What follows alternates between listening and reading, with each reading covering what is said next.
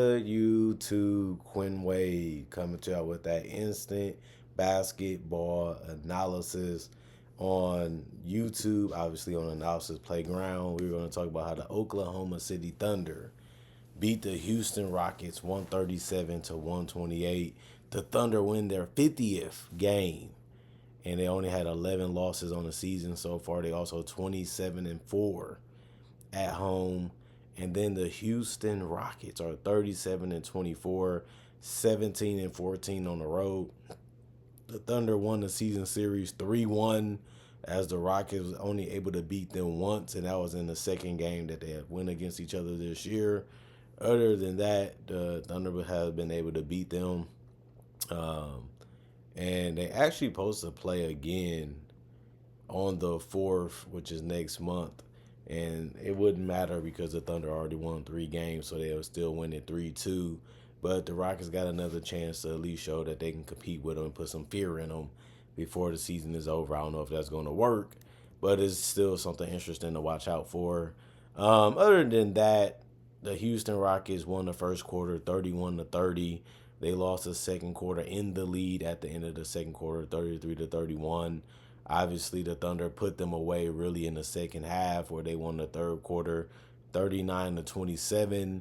The Rockets could never really recover after that, and they end up losing the game. But they did win the fourth quarter 39-35. It was a close game. It was interesting, but the Thunder was able to pull away this game and stay ahead for the most part. They hit timely buckets. Shea really stepped up. I think also the offensive rebounding was huge for both teams. Finding guys, they kept the ball moving. They kept making the right play, which was the Thunder, and that hurted the Rockets' defense. They had guys like Amen Thompson and Alperen Sengun sit out, so they wasn't 100%, and they didn't have their best scorers and defenders in this particular game because Dylan Brooks also missed out on this game, and Steven Adams. But the Rockets still was able to score 128, showing you how deep they are and how much talent they really have on this roster.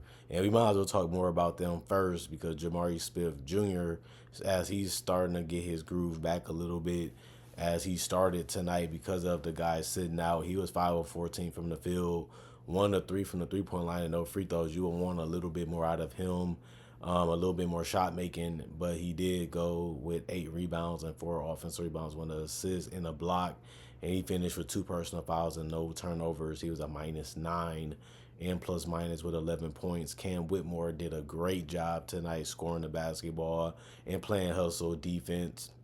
He was 10 of 19 from the field, 4 of 6 from 3, and 3 of 4 from the free throw line. He finished with 40 minutes.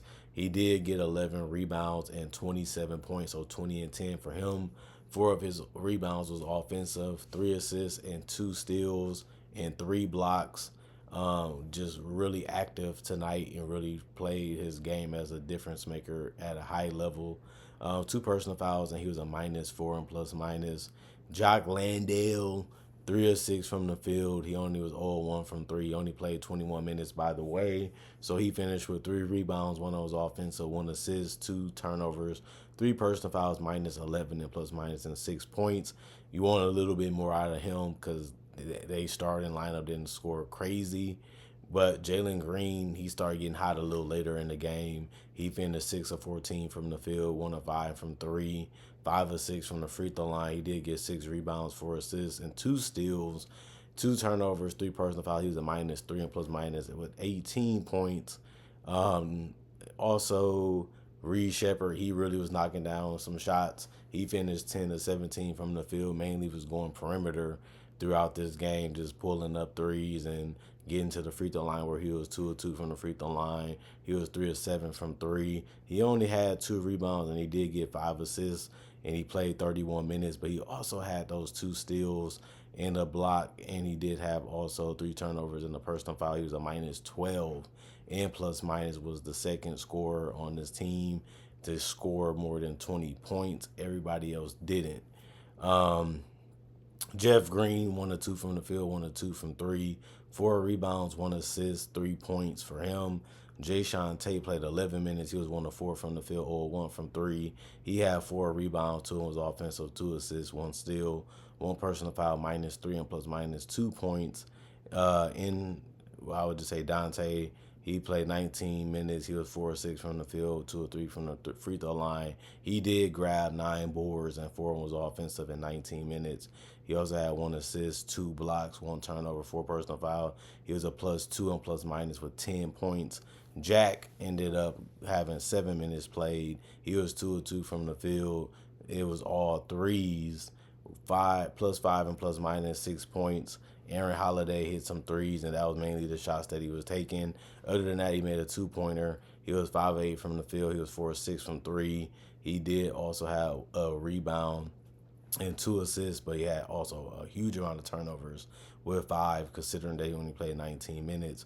And he finished with 1 personal foul, which was good. He was a -4 and plus minus, and led all the players off the bench in scoring with 14 points. And then Nate Williams, 2 of 9 from the field, 0 of 2 from 3, 2 of 2 from the free throw line, 1 rebound, 1 steal, 3 turnovers, 4 personal fouls, -6 and plus minus 6 points. I know some of these guys you guys probably never heard of, or you never knew about, or you're surprised that they actually can play a little bit. The NBA has that all the time, where random people just come in, have good games, make a good amount of shots, or do something really good the night that they play.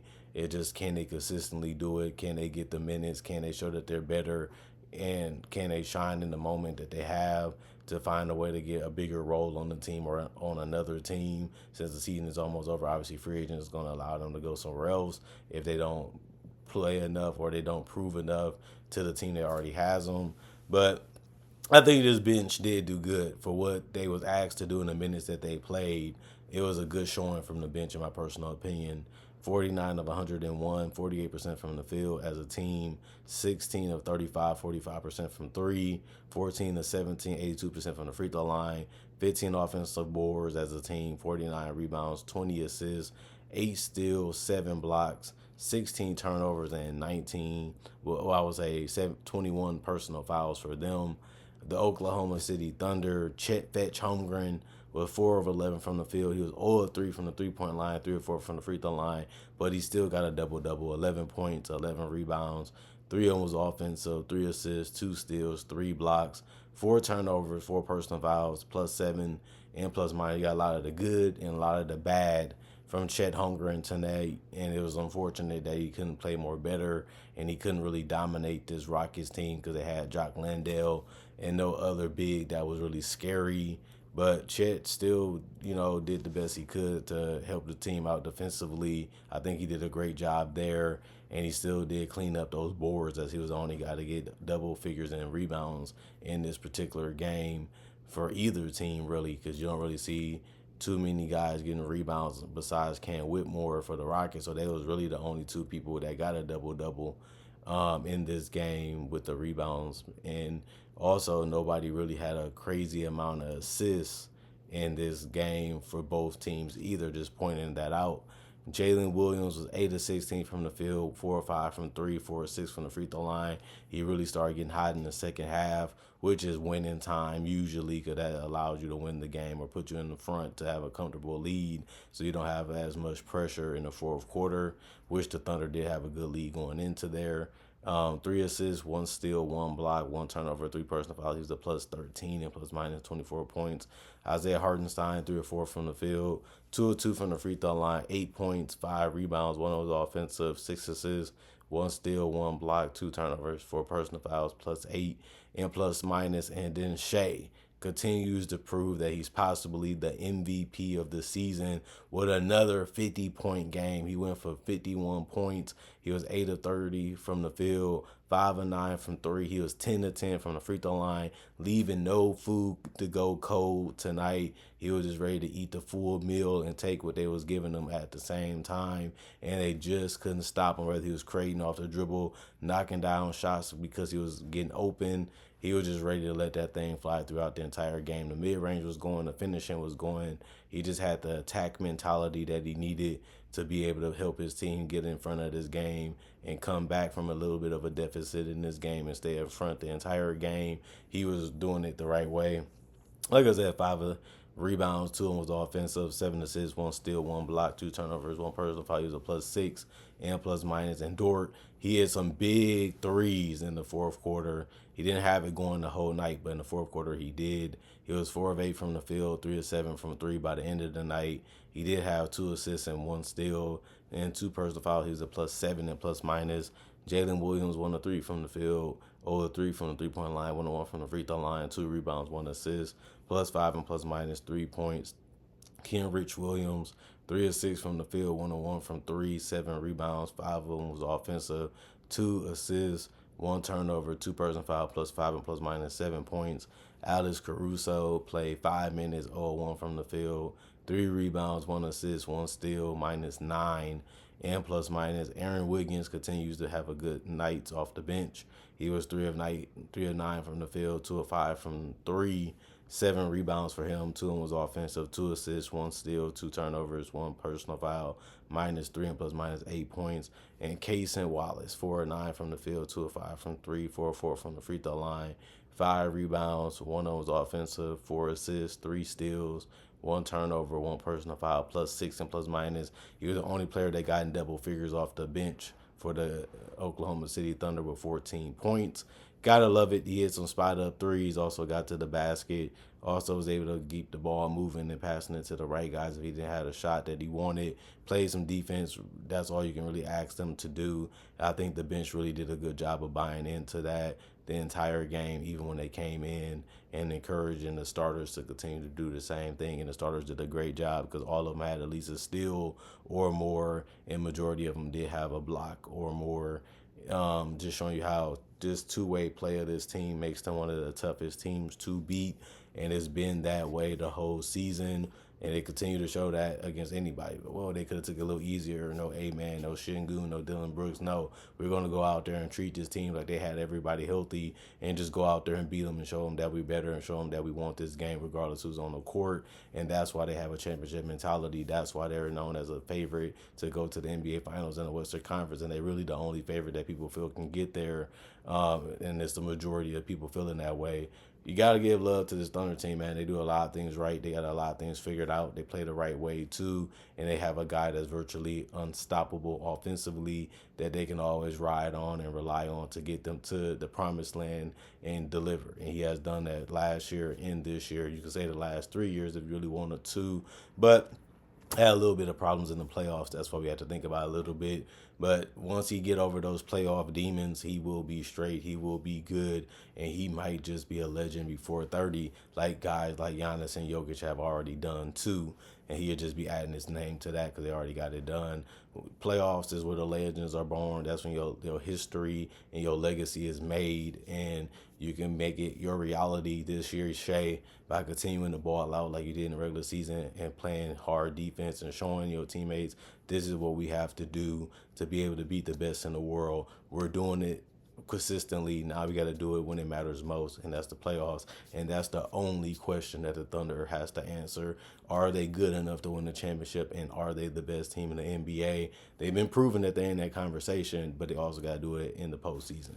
And that's the only thing I'm really looking forward to seeing from this team. Other than that, they showed me everything they needed to show me. They did everything they needed to do. They won me over as a believer. Now it just can they get it done, and that's all they really playing for, just to end this season healthy, go into the playoffs healthy, and stay healthy enough to have your best team, your best lineups available to play your best basketball to be able to win the championship. Comment, like, subscribe, share, hit the notification bell for more analysis. And if you're new to the channel, I do conversation videos just like this in different variety of basketball-only content. I also do breakdowns of legends, current legends, rookies, future stars, with real NBA footage. And I also do my draft and draft coverage, too. If you love that type of stuff, I got over 3,000 videos already on my channel that you can watch and you can check out if you want to become a fan or a subscriber. Also got my social medias on my channel for the people that want to message me or follow things that I do besides make NBA content on the channel. And I also got my email there for business that you might want to do with me, or collaborations, or just conversations. That's the purpose of my email. Use it for whatever you want. Not only that, thank y'all for watching. Thank y'all for supporting. Thank y'all for continuing to come back to enjoy the analysis that I make. You guys appreciate what I do on this channel. You guys continue to come back for that reason. Y'all love what I make. Y'all love what I produce and say. And that's the 50/50 why the channel been around for 10 plus years on YouTube. Let's make 2025 better than 2015. I'm a pioneer for NBA only content on YouTube, and I've been doing a great job, and you guys have been loving it. And that's why I come back each and every day smiling and happy to give you guys more analysis to the best of my ability. And I'm going to continue to do that hopefully for the rest of this year, because we have more games to watch. We have some crazy playoff games to watch possibly, and we also got draft and free agency, which can be a lot of fun too, to see teams get better or make big moves to try to take down the next champion or become the next champion in their conference division or even in the finals. Other than that, I'm gone for now. Hope you guys enjoyed your day so far. Peace.